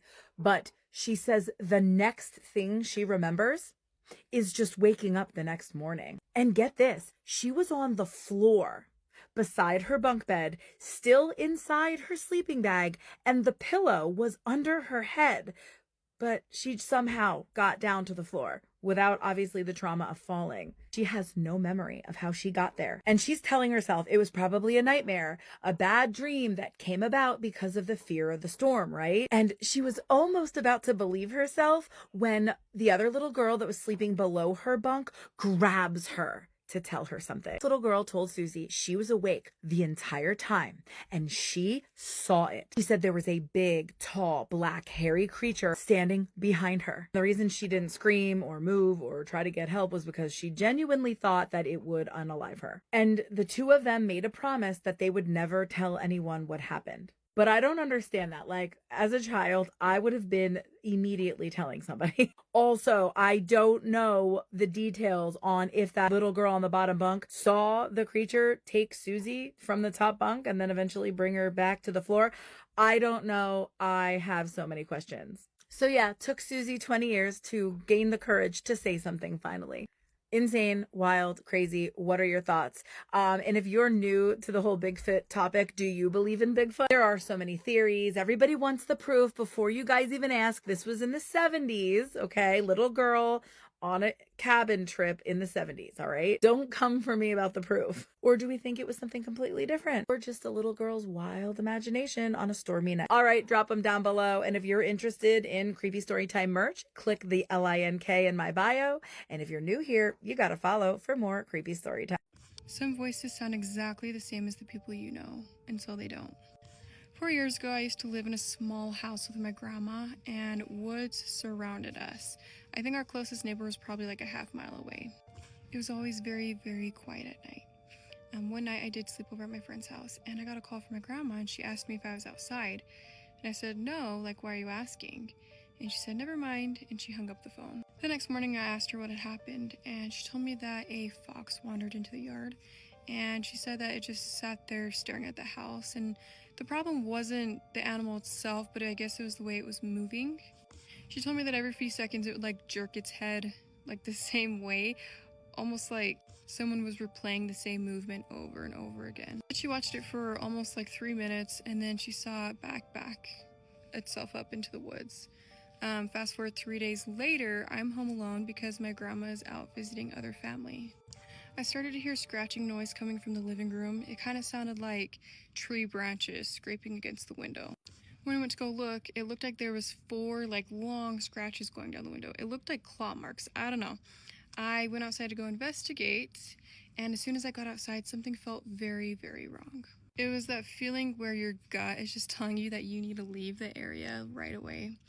And that's when I started to hear my grandma, and her voice was saying, come here, and it was like standing just inside of the tree line where you enter into the woods. The voice, it sounded like my grandma, but it sounded a little different. It was a lot deeper. It was a little bit strained.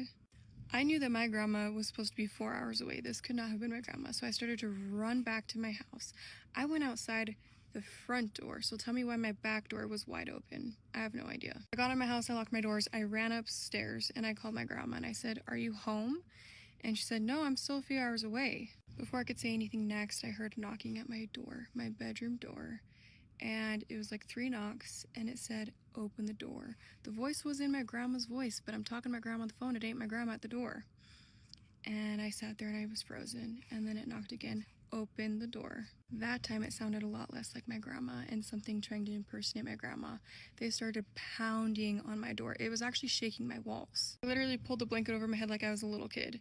And I sat there and stared at my grandma's location, and she was where she said she was. She was hours away.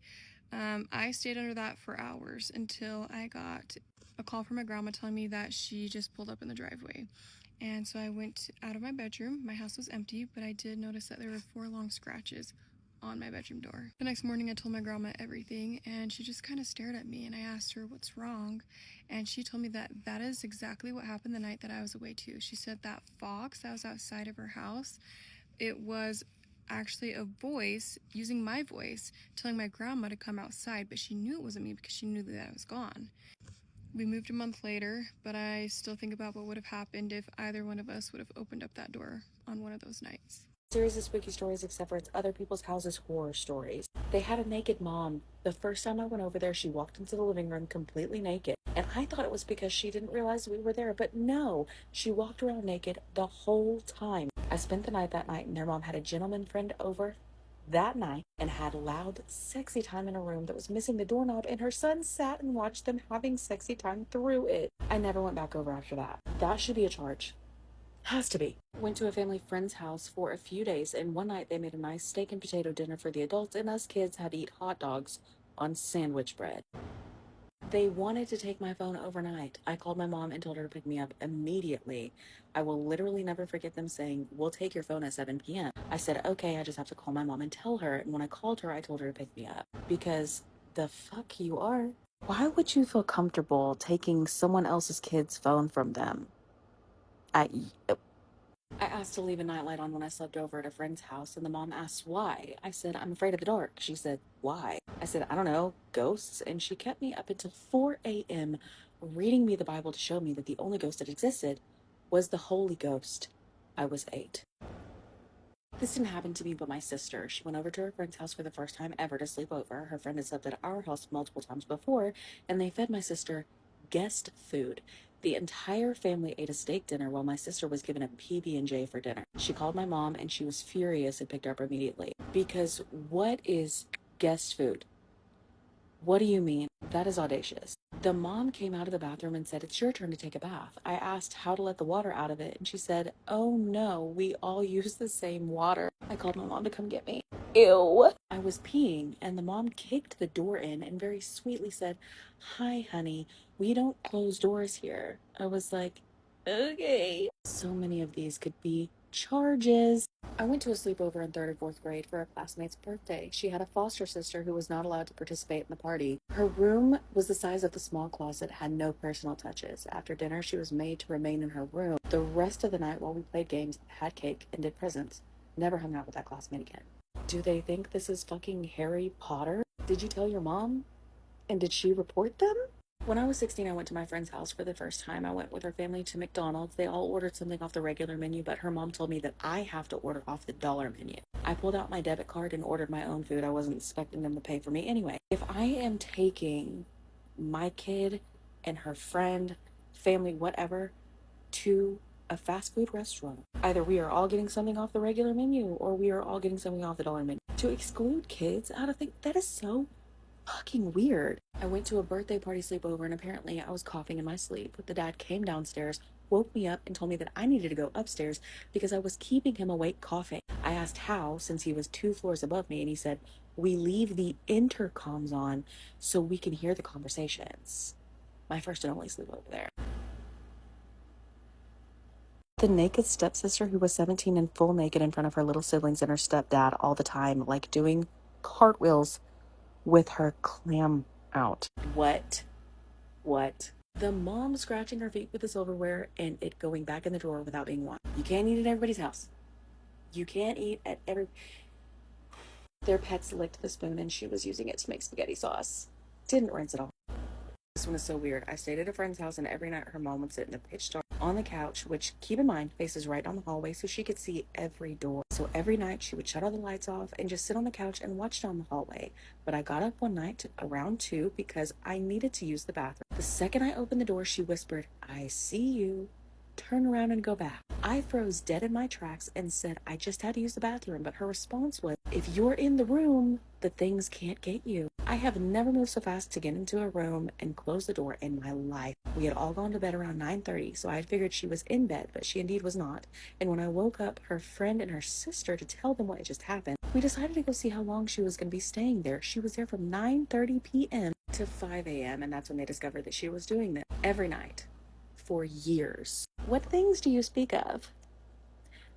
Does she sleep ever? I'm confused. Do we need a part 2? The Three Kings Ritual. This is a ritual that first appeared online in 2012 on the No Sleep forum, which is on Reddit. It inspired an entire subreddit of people who shared their own experiences trying these different games and rituals. What is the point? Why do the Three Kings Ritual? The Three Kings Ritual is a way to see the shadow side, is what is said. What is the shadow side? The shadow side is the other side. Yeah. This things you brush up against all the time, but maybe you don't know it. Or maybe you see something out of the corner of your eye and that's the shadow side, dude. But really, the real reason for the ritual is supposed to be because of having some self-growth, gaining some insight, confronting parts of yourself that you try to hide or ignore. Some people have tried the ritual and experienced it as intended. Others have wound up experiencing it not as intended. They've wound up experiencing paranormal activity during it, before it, after it. Some people might experience hallucinations or enter another realm entirely. I've heard that one before. Many people have been really terrified by what they experienced. Now we'll get into the meat and bones, the bones and meat of the innards. Ooh, love that of the ritual. You need to have 2 people for this ritual. One person is the main participant and the other is the spotter. You also need an empty room. A basement is preferred due to the limited light. You need drapes or window coverings, blankets, whatever. You need 3 chairs, 2 large mirrors, a bucket of water, a cup or a mug, an electric fan, a candle, a lighter or matches, an alarm clock, which is optional because you could also just use a cell phone for your alarm. You do need a cell phone and a cell charger for each participant, and a personal token or talisman, also known as a power object. A lot of these rituals have power objects. That is something that is meaningful to you. Maybe you've had it since childhood. Maybe it's a picture of someone you care about. Maybe it's a necklace. Maybe it's a teddy bear. Maybe it's a blanket. I don't fucking know. It's important to you. Whatever is special. Setting up the ritual. The house should be empty other than you and your spotter. No people, no pets. They say no pets too because they could interrupt. Begin setting up the room at 11 p.m. So make sure you're blocking out any light from windows. You place 3 chairs inside the room, and the middle chair, which is considered the throne, needs to be placed in the middle of the room facing north. The chairs to the left and right should be positioned 2.5 to 3 feet away from the middle chair. Place a mirror on each of the side chairs facing kind of inward toward each other. When the main participant is sitting in the middle chair and looking straight ahead, they should be able to see both mirrors in their peripheral vision only. You also place a bucket of water and a mug in front of the middle chair, just out of reach. Place a fan behind the middle chair set to low or medium speed and kept in a stationary position. The fan must be placed on a surface of some kind so that it is aimed, or if it's a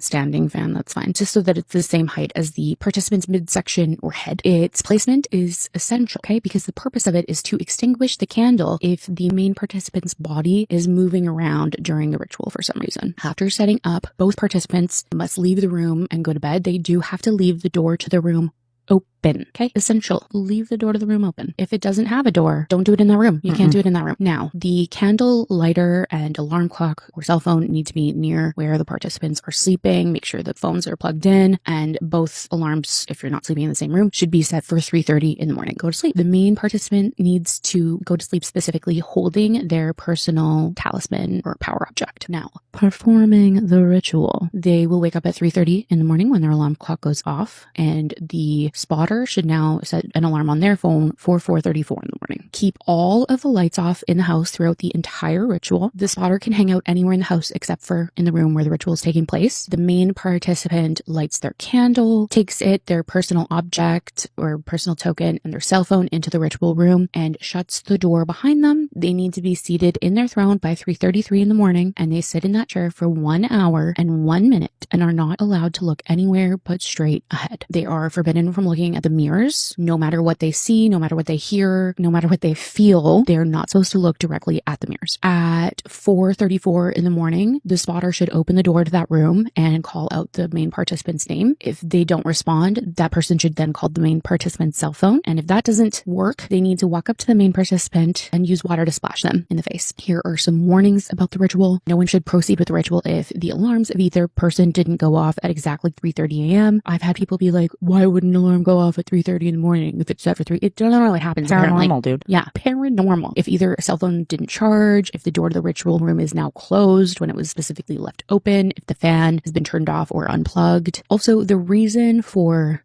the spotter, sticking their head in the room, calling the name, and then calling the cell phone, and then splashing the person, this is all because there seems to be a tendency with this ritual that the main participant almost goes into like a trance-like state or something, where they're not hearing the person calling their name. And it's happened many times in stories we've heard that the spotter needs to basically splash water on the main participant's face to get them out of this stupor. People experience some pretty wild things while they are sitting in their throne. It's a pretty scary ritual. A lot of people have some really scary experiences during and after. Yeah, we had a lot of stories for that one. Are there roaches the size of footballs in New York City?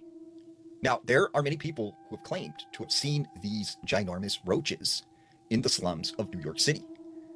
And what's creepy about roaches is that they bite people. And also they make this creepy, very eerie hissing sound. But the craziest thing about roaches is they can eat anything, including humans. Now, there was this man named Joe. Joe was from New York City.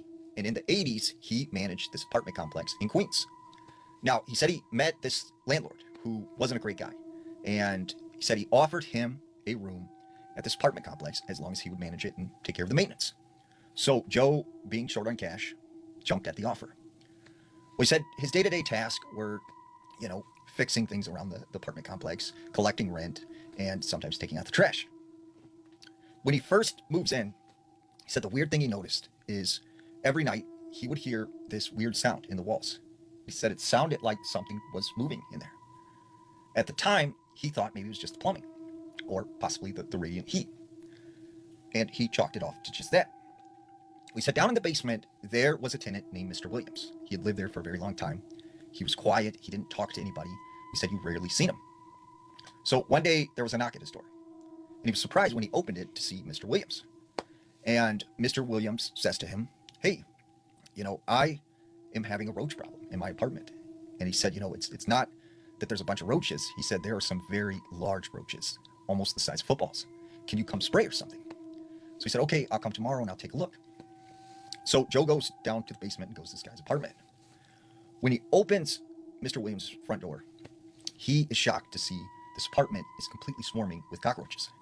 He said they were on the walls, they were on the ceilings, they were in almost every crevice and orifice of this apartment. And he said Mr. Williams told him in the back room, in the closet, that's where the large roaches live. So he goes to the back room and he starts to hear this this hissing sound. He opens the door and he said right on the floor, there were roaches as big as a football. And they were just sitting up, staring at him and making this hissing sound. So he said he sprayed in there real fast. He closed the door and he left his apartment. And he tried to get in touch with the landlord. And he's like, you need to get an exterminator out here because there's a very bad roach problem. But the landlord, like always, didn't care. So a couple months pass and he gets a phone call one day from the landlord who says, hey, I want you to go down to Mr. Williams and check on him because he hasn't paid rent. So either he's moved or something has happened to him. So Joe goes back down into the basement and he knocks on Mr. Williams' door. Said no one answered. So when he reached for the handle, he was surprised to find the apartment was unlocked. He goes inside and he said the first thing he noticed that there were no more roaches. Like he didn't see a single roach in the living room. He walks on back to the bedroom and that's when the horror unfolded because laying in the bed was Mr. Williams, or what was left of him, his bones. But he was completely covered in cockroaches and they had eaten him alive. So Joe runs out of this apartment and, he's vomiting, he's sick, really disturbed from all this.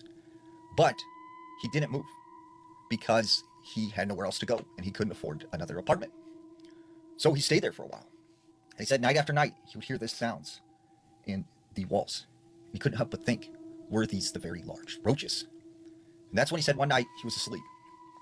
And he woke up to the feeling of these little stinks all over his body. And when he opens his eyes, he could see that he was completely covered in roaches. And on his leg was this very large roach that was the size of a football, staring at him. He throws this roach off. He starts batting him off him. He runs out of the apartment and he left that day and he never returned.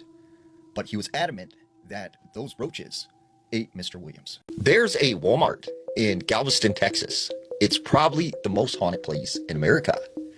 And most people don't even know that it's there. Now, you have to understand the history of Galveston, Texas. In the 1900s, there was a giant hurricane that basically put the whole city underwater.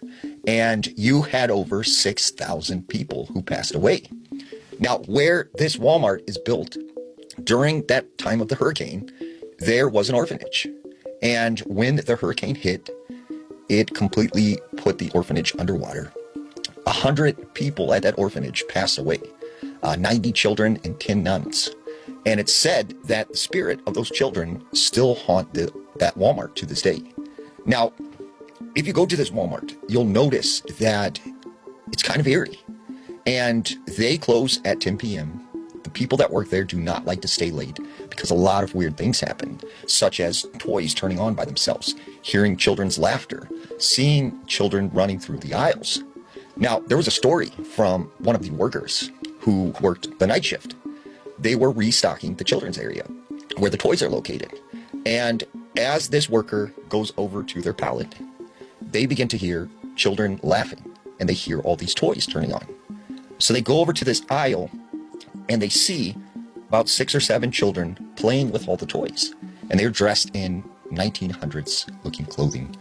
And so this employee runs and gets the GM and tells him, like, hey, there's something weird happening in the toy aisle. So the GM follows this employee to the aisle. And when they get there, there's no children. But there are all these toys laid out on the floor as if someone was playing with them. So what do you think? Is the Walmart in Galveston haunted? This is one of the strangest unsolved mysteries to exist, but nobody ever talks about it. A 61-year-old man goes into the hospital for abdominal surgery and disappears, vanishes without a trace. They search and search and search for him. They can't figure out where this man went and how it would even be physically possible for him to go anywhere at all. Then, 2 weeks later, he is found in the ceiling of the hospital. And is it coincidence that another man was also found in a similar fashion in the same country? So, like I said, our story starts with a 61-year-old man named Tadatiki, who went in for surgery at the Stellenbosch Hospital on October 5th, 2017. The surgery went just as planned, and afterward he was wheeled into the recovery room to begin his healing journey and was expected to recover just fine. But while tending to him in the recovery room, Tadatiki's nurse left him alone for what she claimed was just a few seconds to grab some clean linens, and when she walked back into his room, the hospital bed was empty. Now, the nurse is obviously confused, right? Because she's certain that because of his condition, he couldn't have gotten far. After all, he is completely bedridden and could not move independently. So she doesn't know what to do. She's looked around and can't find him, so she calls Tadatiki's family, thinking maybe they know where he went to. And the family begins to panic because what do you mean he's missing after a successful surgery? He's supposed to be under your care. So they rush to the hospital to search the grounds themselves, and after no luck, they contact police to search for him, but police also turn up no sign of him. Now, fast forward 13 days. A construction crew renovating the hospital discovers Tadatiki's decomposing body in an isolated area of the hospital ceiling, an area that is largely inaccessible to reach even for a capable person, let alone a man that just had major abdominal surgery, or even for someone attempting to lift a grown man above their heads by themselves. Now, police would report that Tadatiki's autopsy pointed toward natural causes of death and told his family that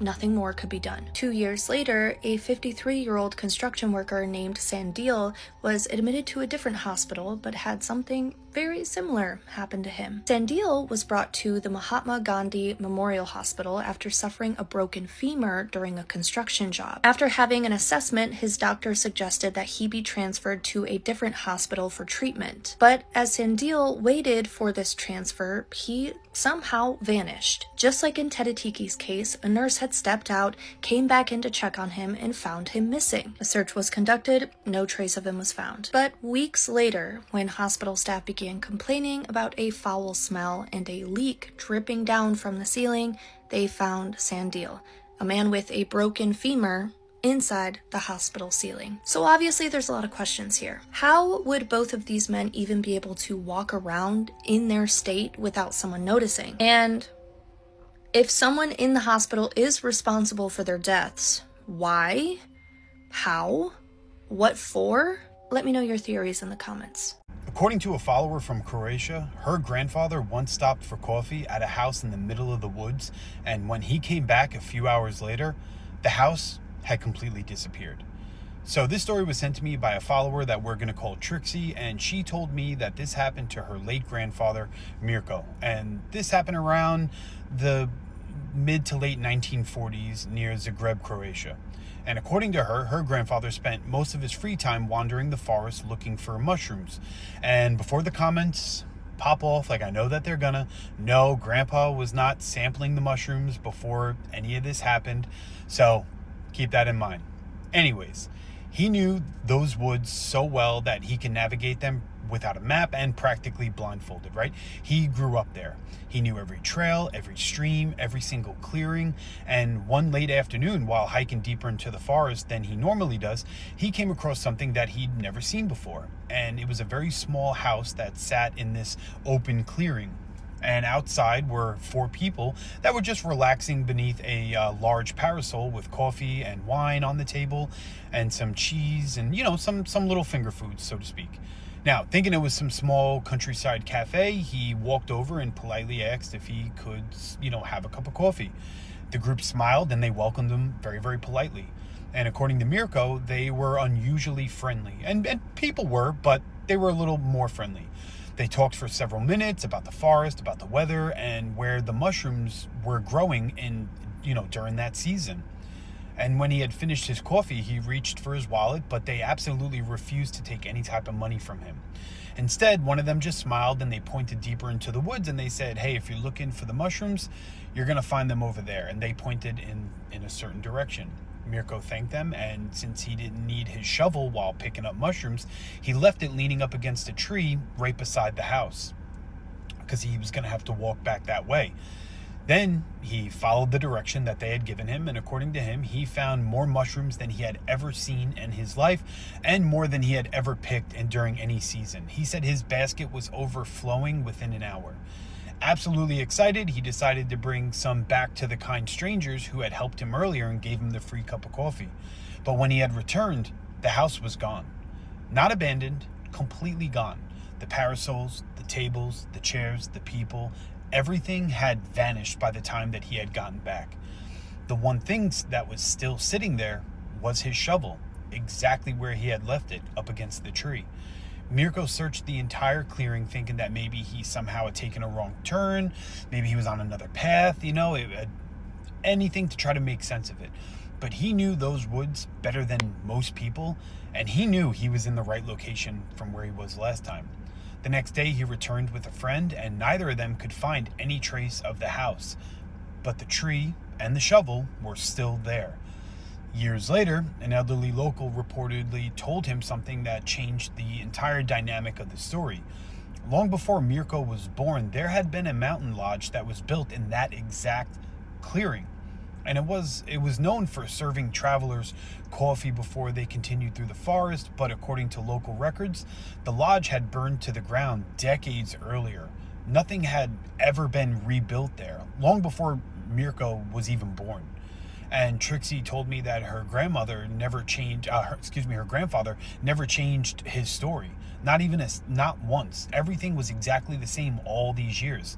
He insisted until the day that he passed away that he drank coffee with 4 people in a house that officially hadn't existed for years. So, I don't know. Tell me what you think. Did Mirko somehow step into another moment in time, or did the forest offer him one last cup of coffee from those people that never truly left the forest in the first place? Let me know what you think.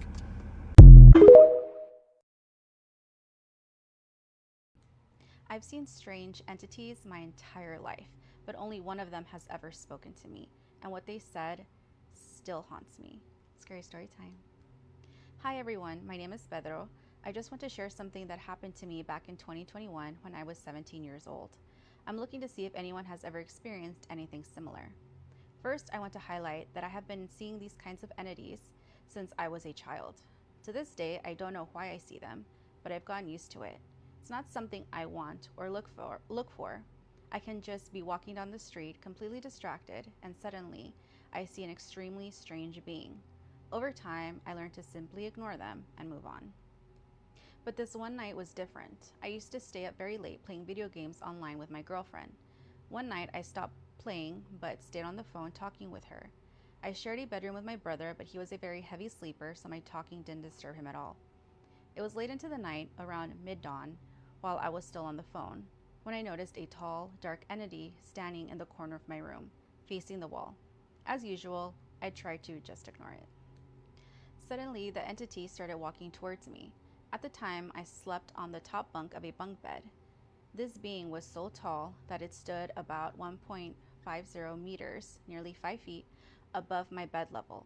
It stopped right next to me and just stared at me for a while. Usually, when I see these things, they just look at me and vanish. But this one felt imposing, completely different from anything else. Then it spoke. It looked at me and said, "I'm going to kill and destroy your entire family." Hearing that terrified me. I immediately started to pray, declaring that it wouldn't happen. Right after that, the entity vanished like smoke. The reason this memory haunts me is what happened just a few days later.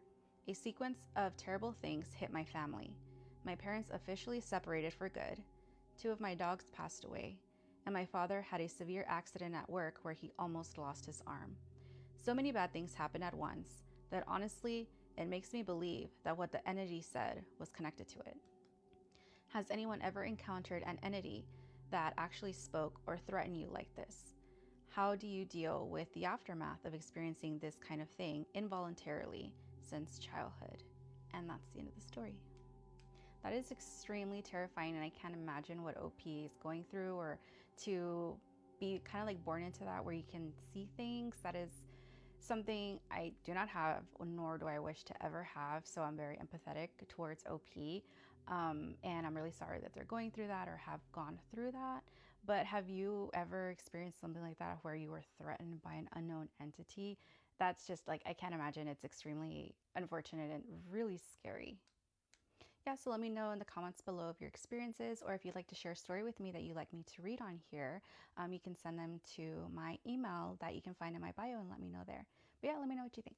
Cosmetic surgery gone wrong. Their faces won't stop growing. Trigger warning. Doctors are injecting fat growth cells into patients' faces, saying that it'll make them look younger. The immediate results look good, but within a year, the growth cells begin to grow on their own at a rapid rate, causing big lumps at all the injection sites, stretching out the skin as far as it'll go, and unfortunately, there's no way to stop it. If you try to have them removed, cells will grow even faster, like an aggressive cancer, so the majority of doctors won't even touch you once they start growing, because it's too risky. Even if they have the growth cells removed, the remaining cells will continue to grow, so they're stuck with the bubble face. There's another botched surgery going around called mask face or Joker face. Instead of doing a proper facelift, they're just stretching the skin as far back as it'll go, leaving most patients with a permanent smile or a big grin. They can't close their mouth. They can't open or close their eyes because their skin is stretched so far they can't control their eyelids. I don't know about y'all, but that's fucking horrifying. He came out looking more like damn Frankenstein. Other people are getting what's called the anime nose or Tinkerbell nose, where they want the tip of their nose picked up like this. This woman had a procedure done to her nose, but it was botched, and she was left with dead skin rotting off her nose. It turned out where she went was an illegal clinic. These recovery houses are just as dangerous, especially when they're not licensed. These illegal clinics and fake doctors are everywhere now, especially in countries that do not have laws against it. Places like the UK are just now creating new laws and restrictions when it comes to plastic surgery in illegal clinics. The British Lip King was investigated for manslaughter after Alice Webb died from a non-surgical BBL at an illegal clinic he was involved with. They'll tell you it's non-surgical. It's not as dangerous as a real surgery, but it is as dangerous. Y'all need to understand that. Alice Webb fell unwell and died hours after undergoing a non-surgical BBL in September 2024. But the police would not get the chance to charge him because not long after, he too died from getting an unregulated BBL. You watch that show Botched, then you know just how obsessed he was with plastic surgery. We all knew he was going to die from it at some point because he just would not stop. I'm sorry, but any doctor that does this to someone and thinks it's okay needs to be arrested. And the scary part is they are using social media and Hollywood to influence us. I've seen at least 30 different accounts between Instagram and TikTok all claiming these are are their before and after pictures. They did the surgery. They're stealing other people's pictures and even using AI. A lot of these photos, you can tell that is not the same person. I understand people fear death and fear aging, but you're going to meet death a lot sooner if you don't stop altering your body and playing with your life. If you don't lose your life, you could end up with lifelong problems like these people have. Any surgery, surgical or non-surgical, can be dangerous, especially if you're altering your body. Anesthesia alone is dangerous. People die under anesthesia all the time. We need laws and regulations because some of these doctors and illegal clinics are going too far. They're out of control. They're doing anything for $1. Tyler Robinson is the alleged person responsible for Charlie Kirk's assassination, and if you wanted to spend the rest of your time on this earth looking into this, you could, because there's just that much information and different viewpoints, etc., regarding what happened here online. What I'm doing is giving my best shot at compiling information that is public information that you can all find on the internet into one video in the hopes of making this a little bit easier to understand. That said, I'm not a lawyer, you're not a lawyer. Fact of the matter is that we don't know what took place that day, so everything that I'm saying in this video is alleged and everyone is innocent unless proven guilty in a court of law. So, the first day of the preliminary hearing in the Tyler Robinson case just took place yesterday, July 6, 2026. The entire point of a preliminary hearing in a courtroom is to determine whether or not there is sufficient evidence for a case to proceed to trial. In Utah's criminal justice system, a preliminary hearing is a legal checkpoint, meaning that it has to happen in order for a case to move forward. Tyler Robinson has been charged with the aggravated murder of Charlie Kirk, felony discharge of a obstruction of justice, witness tampering, and commission of a violent offense in the presence of a child. He has not yet entered a plea. The hearing that began yesterday is expected to last 5 days from July 6th to the 10th.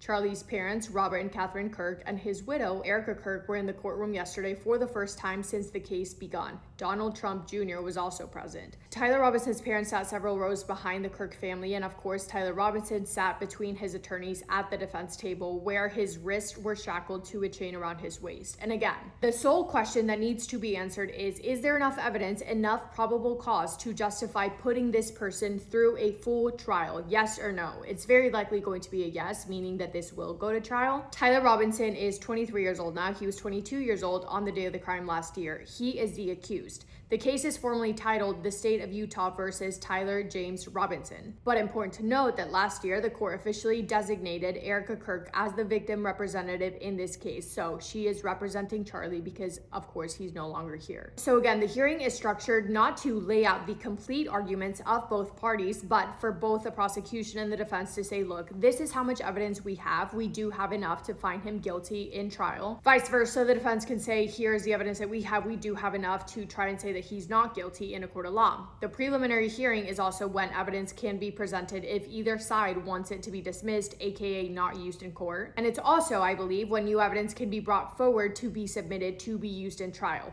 Because of that, we start to get a little bit of a better idea of what kind of evidence has been submitted and a better understanding of what exactly it is that both sides plan to argue when this case eventually does move forward. Now, in Utah specifically, a preliminary hearing can have a second purpose in which the judge needs to evaluate whether the prosecution's argument has enough reasonable substance to make a crime death penalty eligible. Prosecutors are seeking the death penalty against Tyler Robinson. That means that this hearing is just not about whether there is enough evidence to go to trial or not. It is also about whether the state can keep the death penalty on the table, and it sounds like they are going to be able to. And just a quick recap in case you need it. Last year on September 10th, 2025, 31-year-old Charlie Kirk was holding a campus debate event at Utah Valley University in Utah. That was meant to be his first stop on what had been announced to be an American comeback tour. More than 3,000 people showed up to the event to watch him speak, and the event was held outdoors in the courtyard of UVU's campus. At approximately noon, Charlie began speaking and debating with students. The debate portion had just begun when at 12:23 p.m. a bang was heard. Charlie was struck in what looked to be his neck by a bullet fired from the roof of the Losi Center building, a building approximately 142 yards away from where he was.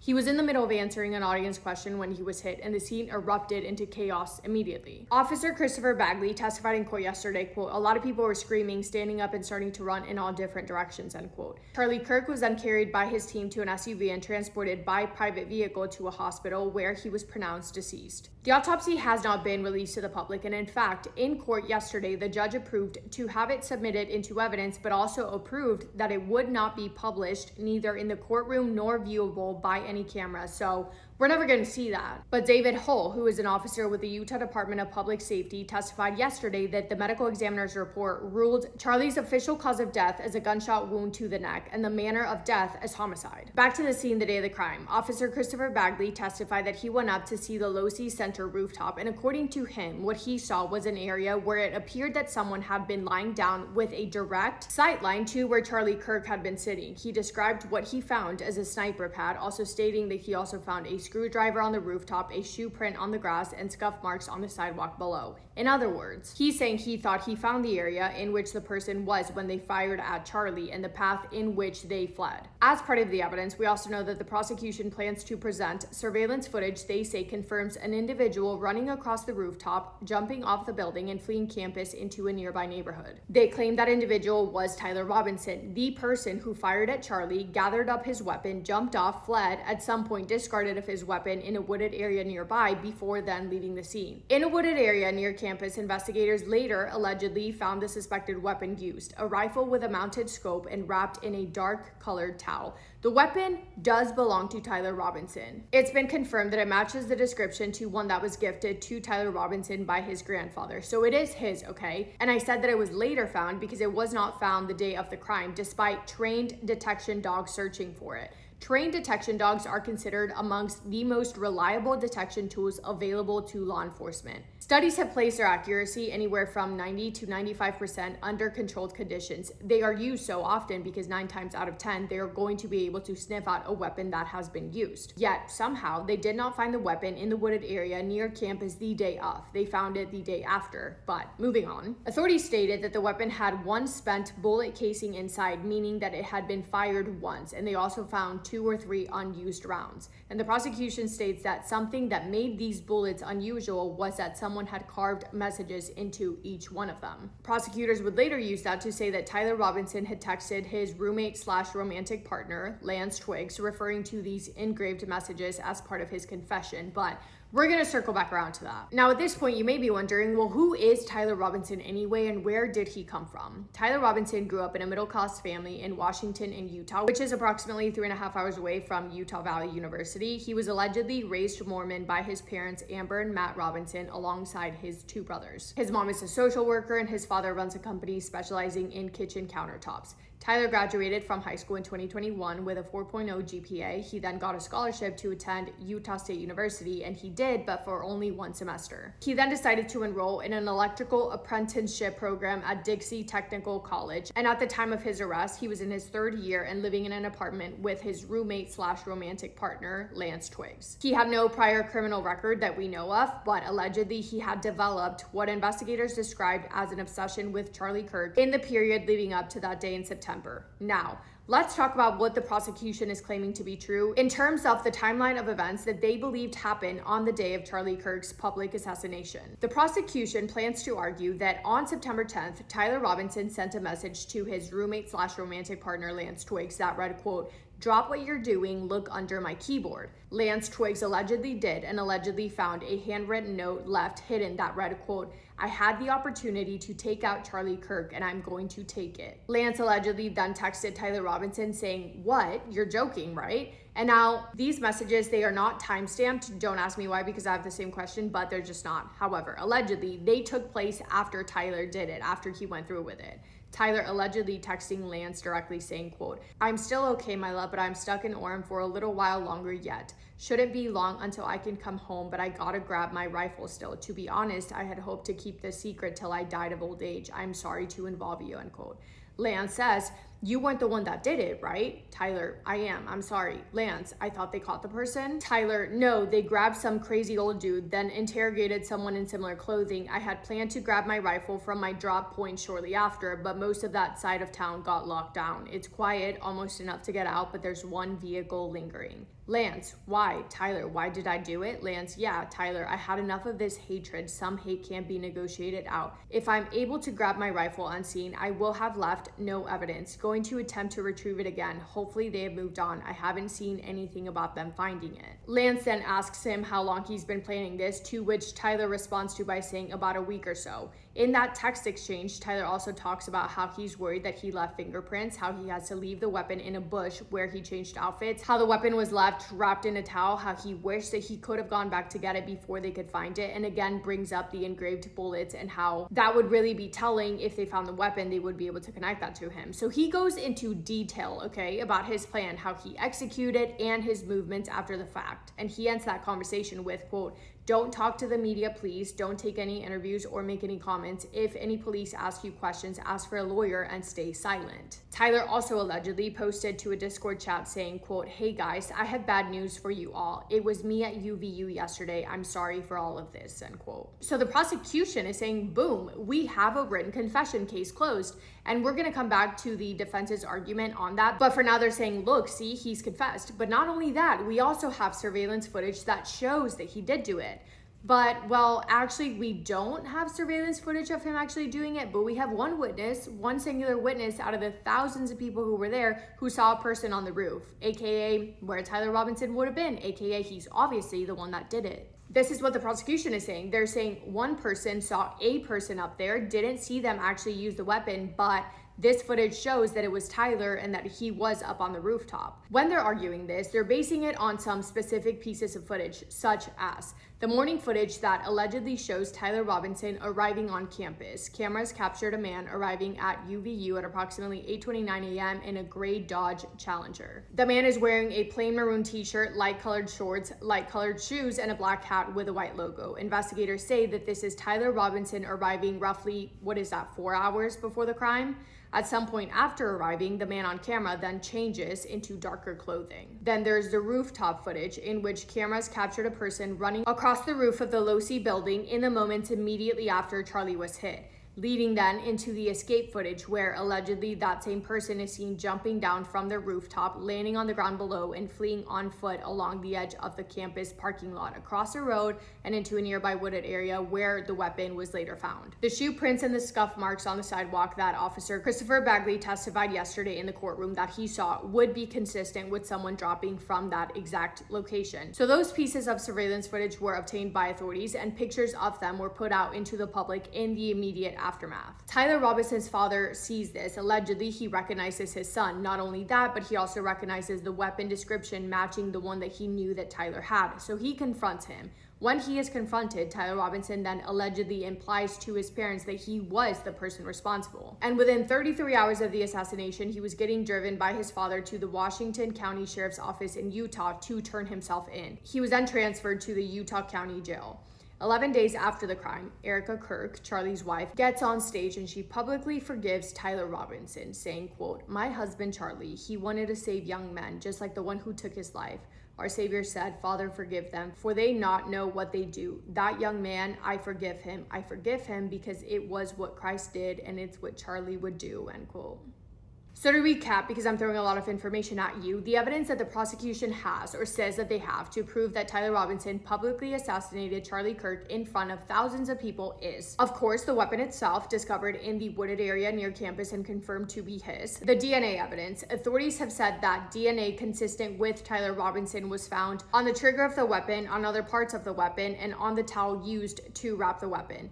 Then there's the engraved bullets, and you have Tyler Robinson allegedly texting Lance about these. Also, the one that was used allegedly was found on Charlie's person, which makes sense. You have the surveillance footage of the man seen fleeing the scene. You have the physical note that he allegedly hid and told his roommate and romantic partner Lance to go and find that red, drop what you're doing, look under my keyboard. But perhaps most importantly, you have Tyler Robinson's own confessions in detail written to Lance Twiggs.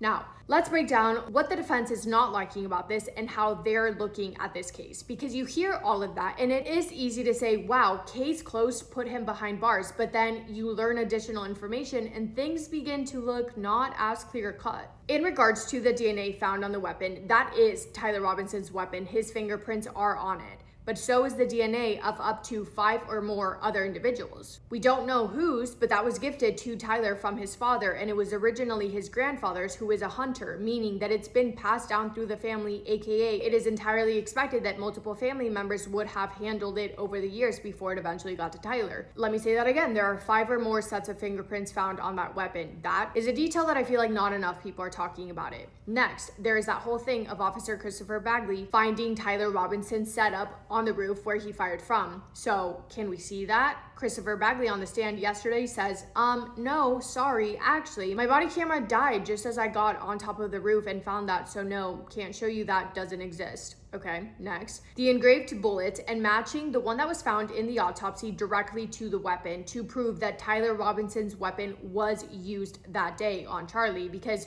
no one actually saw him do it, so that needs to be proven somehow. They could have proven that it was used that day if they would have tested Tyler Robinson for gun residue powder, because without a doubt, that would be on him if he did use the weapon, but they just decided not to test for that, so that's out. Anyway, at the beginning, they were claiming that there was an entire bullet found on Charlie and kept as evidence. Then at some point, it switched from the Might have known the story of real-life boogeyman. entire thing to now only being just fragments. Well, a judge unsealed an ATF report stating that the ATF could not match that to the weapon because when it hit bone on impact and it broke apart into different pieces. Therefore, the results of a match, the thing that would have without a doubt proven that that exact weapon was used, was deemed inconclusive. And the defense says, well, the prosecution actually cannot prove that my client's weapon was fired. And this part I'm about to tell you next. This part comes from Candace Owens and something that she discovered and spoke about on her show. And I want you guys, when I'm talking about this, put any personal opinions aside that you may have on any of the people involved and just focus on the evidence, because I'm trying to speak just about the evidence. Because anyway, in a report, there's a line that reads, quote, regarding the firearm evidence, the defense has been provided with an ATF summary report which indicates that the ATF was unable to identify the bullet recovered at the autopsy to the rifle allegedly tied to Mr. Robinson. But in that same report, they state that because the ATF was unable to match it, the FBI is now going to try, quote, the state has also indicated that the FBI is in the process of conducting a second comparative bullet analysis as well as a bullet lead analysis, but these analyses are not yet complete. So in simple terms, the prosecution is saying, we cannot prove that Tyler Robinson's weapon was fired, but using a comparative bullet analysis done by the FBI, we are still trying to prove that it was used. Candace, on her show, pointed out, and I confirmed, you can Google this yourself, but a comparative bullet lead analysis, CBLA, is a discontinued forensic technique that used chemistry to link a crime scene bullet to those in a suspect's possession. A technique that is a discontinued technique, a technique that they stopped using back in 2005, more than 20 years ago, because it was deemed unreliable and because it was putting innocent people in prison. That technique that was proven wrong, that was proven to not work, is the one that the prosecution says that they're going to be using to try and find Tyler Robinson guilty, okay?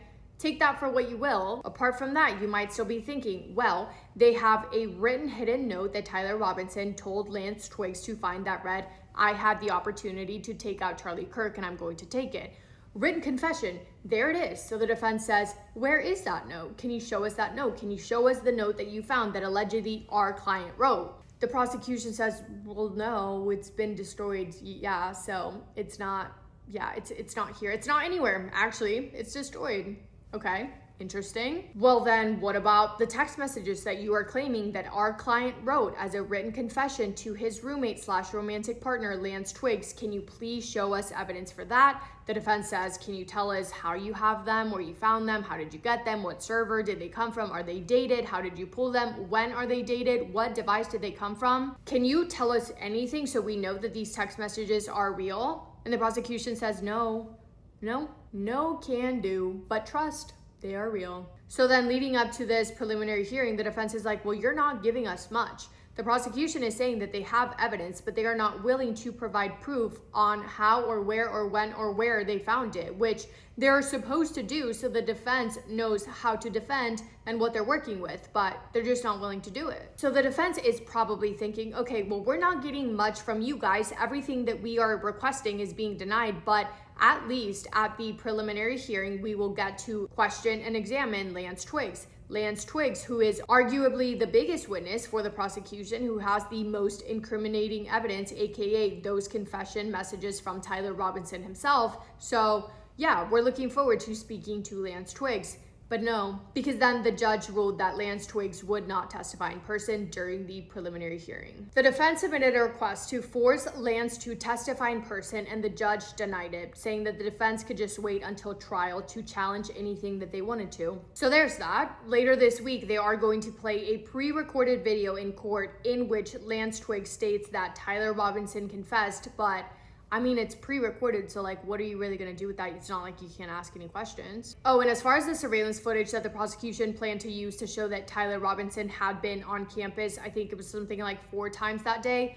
First of all, the defense is saying it's so blurry and his face is half covered, so how can you even really say for a fact that it was Tyler? But either way, David Holt testified yesterday in court that he viewed the footage, but the judge did not allow that evidence to be admitted because prosecutors had it altered by zooming in at places and drawing red circles around items of interest. So the prosecution has to submit the unedited version of that footage if they do want to use it as evidence, which it sounds like they are going to do later this week, if not today.